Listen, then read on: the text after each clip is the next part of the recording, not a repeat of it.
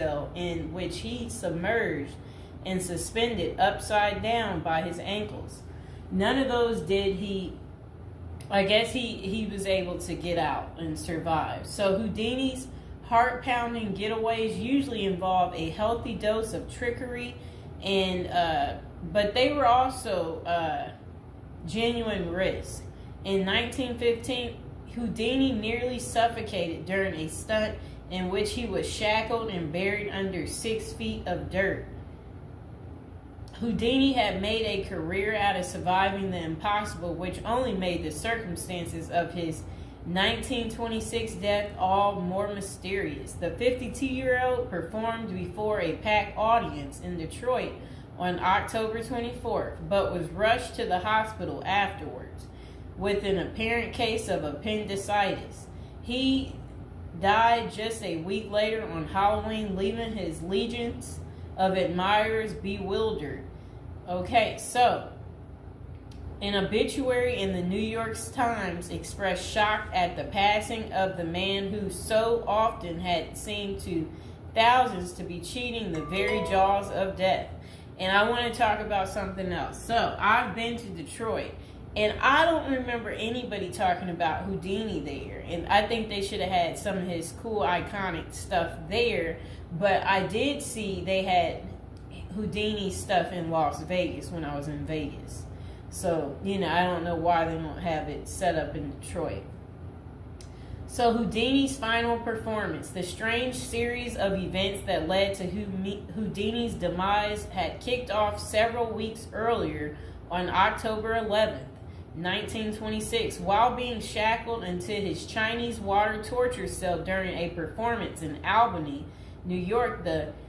So it says he was struck on the leg by a piece of faulty equipment. He hobbled his way through the rest of the show, but was later found to have sustained a fractured left ankle. Against doctors' orders, Houdini continued his torture and traveled to Montreal, where he gave a lecture at McGill University. Just a few days later, on October 22nd, he invited some McGill students to visit him in his dressing room at the Princess Theater. The magician's sore ankle was still bothering him, so he plopped down on a couch while the group chatted. At some point, a student named J. Gordon Whitehead arrived and asked Houdini if it was true that he could resist hard punches to his abdomen, a claim that the magician had supposedly made in public. According to witness Sam Smits, when Houdini said the rumors were true, Whitehead abruptly delivered 4 to 5 terribly, forcibly deliberate, well-directed blows to his stomach.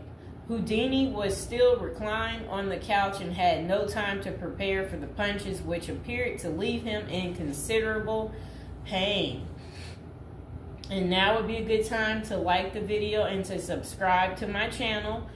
Do you like this new series? This is the Death series, and there will be more series to come and more episodes from the Death series as well. And do you like my prison series? And if you haven't checked out my prison series I created just for you, you can go ahead and check out my playlist. And there's also a love spell series that I think you will enjoy too checking out. Okay, so Houdini brushed off the incident at the time, but that same evening he began to complain of discomfort and stomach cramps. His condition only worsened the next day when he boarded an overnight train to Detroit for a new run of performances. The magician developed severe abdominal pain, cold sweats, and fatigue, and his temperature rose to 104 degrees. A doctor suspected appendicitis and instructed Houdini to go to a hospital, but the performer insisted on taking the stage for his opening night show at Garrick Theater. Isn't that really funny? He still wanted to work even though he wasn't doing so well. Okay, he proceeded to struggle through his routine before collapsing immediately after the final curtain. The show would be Houdini's last. The same night, he was taken to a Detroit hospital and prepared for surgery. Doctors successfully removed his appendix, which was found to have ruptured several days earlier. but it had already poisoned his insides. Despite a grim prognosis, the magician clung to life until October 31st, when he died with his wife Bess and his 2 brothers by his side. The official cause of Houdini's death was listed as peritonitis caused by a ruptured appendix. At the time, the magician's doctors firmly believed that the illness was the result of so I guess some guy had given him something backstage during an encounter in Montreal.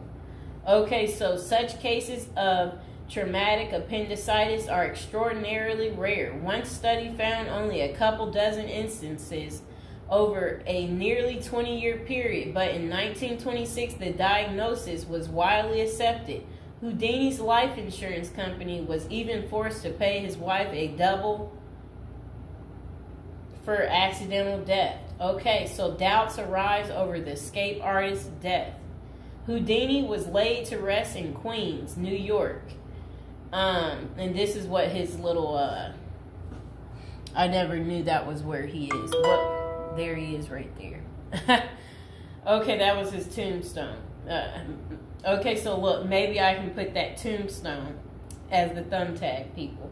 Okay, so Houdini was laid to rest in Queens on November 4th, 1926, but rumors about his unusual death have persisted ever since.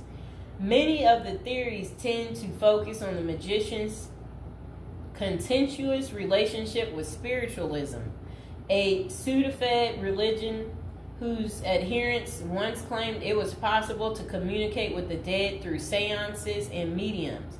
Houdini, a born skeptic, had spent much of the 1920s on a mission to debunk the spiritualist claims and expose its top psychics as frauds.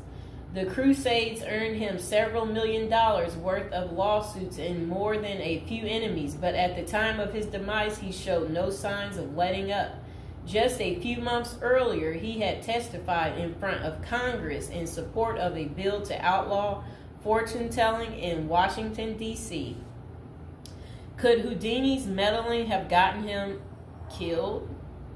In the 2006 biography, The Secret Life of Houdini, authors William Kalash and Larry Sloman contend that the magician's death may have been a carefully planned assassination by members of the spiritualist community. If one were to suspect Houdini a victim of foul play, they write, then the section of organization crime that was composed of fraudulent spirit mediums must be considered likely suspect. Okay, so Kalash and Sloman argue that the spiritualists had a history of poisoning their enemies, and they note that no autopsy was ever performed to confirm Houdini's death. I wonder why. So his death was actually caused by appendicitis. If someone were hell-bent on poisoning Houdini, it wouldn't have been very difficult, they concluded. Considerable debate has also focused on J. Gordon Whitehead, the McGill student who supposedly delivered the potentially fatal gut punches to Houdini's Montreal dressing room. In the 2005 book, The Man Who Killed Houdini, author Don Bell floated a theory that Whitehead may have been in league with the spiritualists, some of who had previously threatened to harm Houdini or have him beaten up.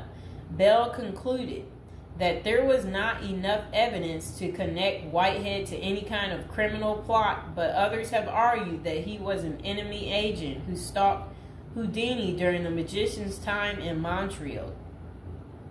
Okay, so was Houdini murdered? The true cause of Houdini's demise may never be known for sure, but the majority of scholars tend to dismiss the murder theories as mere speculation. For them, the more pressing question is whether Houdini's ruptured appendix had any connection to the stomach blows he received a few days earlier.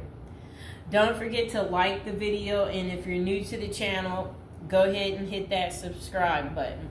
So while the evidence shows that such conditions is indeed possible, many consider it more likely that Whitehead's punches simply caused Houdini to ignore an already existing case of appendicitis. By the time the magician finally sought out treatment, the theory goes it was already too late. Interestingly, perhaps the most sought after source for information about Houdini's death is none other than Houdini himself in what amounted to his ultimate test of the spiritualist's claims. The magician promised his wife Bess that he would try to communicate with her from beyond the grave. Bess went to hold an annual Houdini seance for 10 years before finally abandoning the search in 1936. Fans and fellow magicians have since made the seance a Halloween tradition, but thus far, the great Houdini's ghost has refused to speak. I wonder why. So I hope you guys enjoyed hearing about what happened to Harry Houdini and how he passed away on Halloween.